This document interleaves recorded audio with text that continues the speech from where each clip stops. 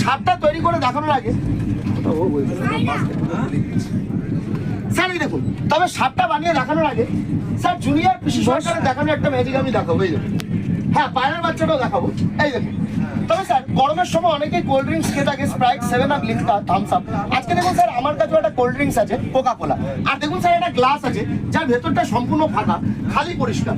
আমি গ্লাসটাকে এখান থেকে খালি দেখালাম, আর আবড়াটা ডাবড়া 1 2 3 গিলি গিলি গো বলে এই গ্লাসটাকে কোল্ড ড্রিঙ্কসের উপর থেকে রেখে আমার হাতের মধ্যে কিছু নেই।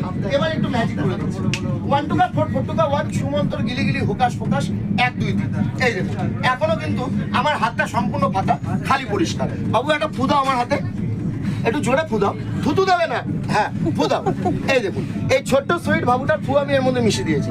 আমার হাতে কিছু নেই। 1 2 3 এন্ড আবড়াটা ডাবড়া গিলি গিলি গো সবার চোখের সামনে একটা ছোট্ট ফ্লাওয়ার। আর স্যার এই দেখুন এখনো আমার হাতের মধ্যে এই গ্লাসটা আছে, এটা এখনো কিন্তু আগেরই মতন ফাঁকা, কি বলছেন? আগেরই মতন ফাঁকা, খালি পরিষ্কার। স্যার এত বড় কোকা কোলাটা কোথায়